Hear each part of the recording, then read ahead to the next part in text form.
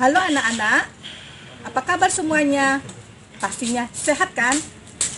Kali ini berjumpa dengan Ibu Eli dalam pembelajaran peluang usaha, produk, barang, atau jasa. Untuk lebih lanjutnya, silakan lihat slide berikut ini. Halo anak-anak, apa kabar semuanya? Semoga dalam keadaan sehat ya. Kali ini Bu Eli akan menjelaskan tentang peluang usaha, produk, barang, atau jasa. Mengidentifikasi peluang usaha, sebenarnya ada banyak peluang usaha yang tersedia di sekitar kita. Namun kita harus bisa melihat peluang yang mana yang cocok untuk diri kita sesuai dengan kemampuannya. Yang pertama adalah tipe ide mulai usaha. Berbagai usaha baru yang dapat dilakukan oleh calon pengusaha pada umumnya.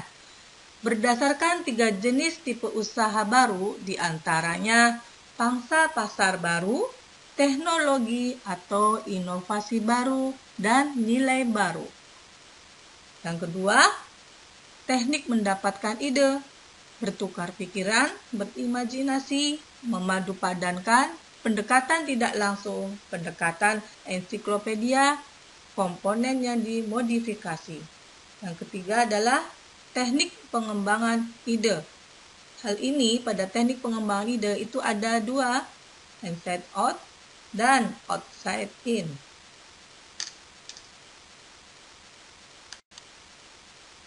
Mengembangkan gagasan usaha.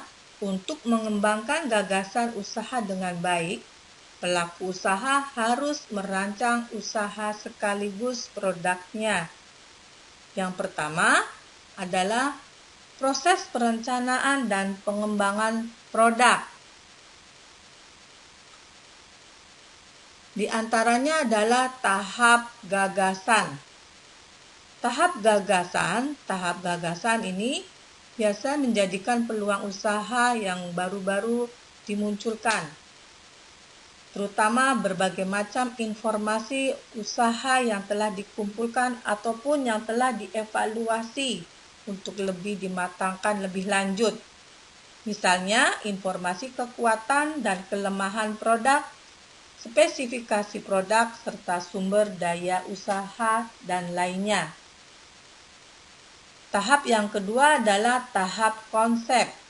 Setelah menyaring dan mengevaluasi berbagai informasi dan menghasilkan gagasan, tahap selanjutnya adalah mempertimbangkan dan menganalisis gagasan dan informasi secara lebih seksama. Tujuan ini adalah untuk mendapatkan gambaran dan rancangan pembuatan produk.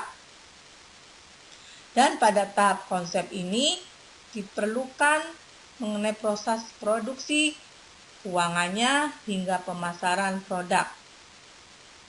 Kemudian rencana usaha sementara sebaiknya juga dikonsepkan termasuk membuatkan sampel untuk pembeli potensial. Tahap yang ketiga, tahap pengembangan produk. Apabila konsep produksi dan pengembangan produk telah disepakati, tahap selanjutnya adalah membuat prototipe dan mengujinya pada tahap pengembangan produk. Jika diperlukan beberapa prototipe juga dapat dilakukan uji laboratorium. Tahap yang keempat, tahap uji pemasaran. Jika produk telah lolos dalam berbagai uji pengembangan produk, tahap selanjutnya adalah melakukan uji pemasaran. Kelemahan wirausaha baru.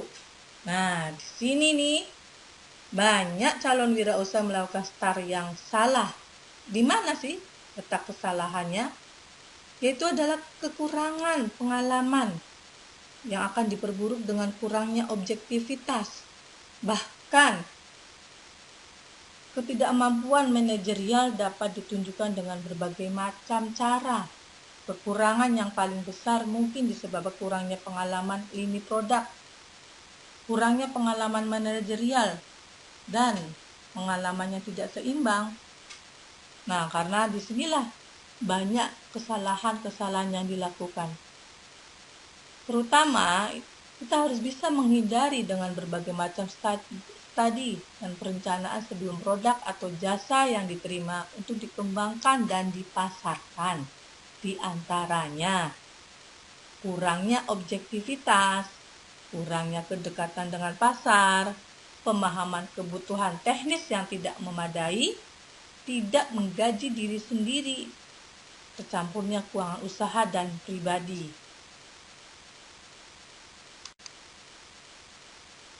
Oke, untuk mengakhiri dari peluang usaha, produk, ataupun jasa, yang terakhir adalah membuat perencanaan usaha. Nah, di sini biasanya kita kenal dengan proposal usaha. Nah, dengan proposal usaha itu adalah gambaran secara umum dari rencana usaha yang akan dijalankan. Rencana usaha ini biasanya banyak komponen yang harus kita ketahui. Yang pertama adalah ringkasan. Ringkasan ini merupakan gambaran umum secara singkat mencakup latar belakang, penggagas usaha, pasar yang menjadi sasaran, pengelolaan usaha, kelayakan usaha secara finansial, dan juga kelayakan proyek secara umum. Yang kedua adalah pendahuluan. Bagian pendahuluan ini biasanya ada latar belakang, ada tujuan, dan ada kegunaannya. Yang ketiga, gambaran umum rencana usaha. Nah, gambaran umum rencana usaha ini mencakup mengenai studi pasar dan persaingannya, metode penjualan, strategi pemasaran, pengemasan, serta perizinan.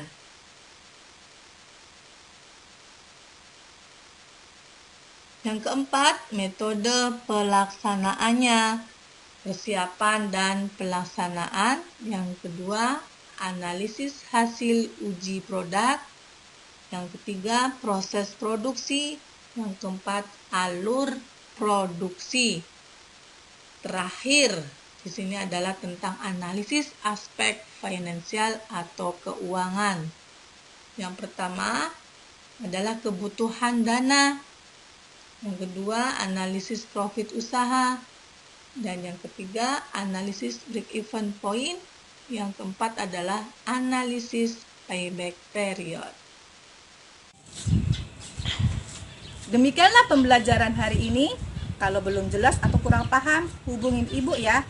Silakan hubungin 0853 66 328 49. Stay and hot, selalu sehat, jaga kesehatan. Terima kasih.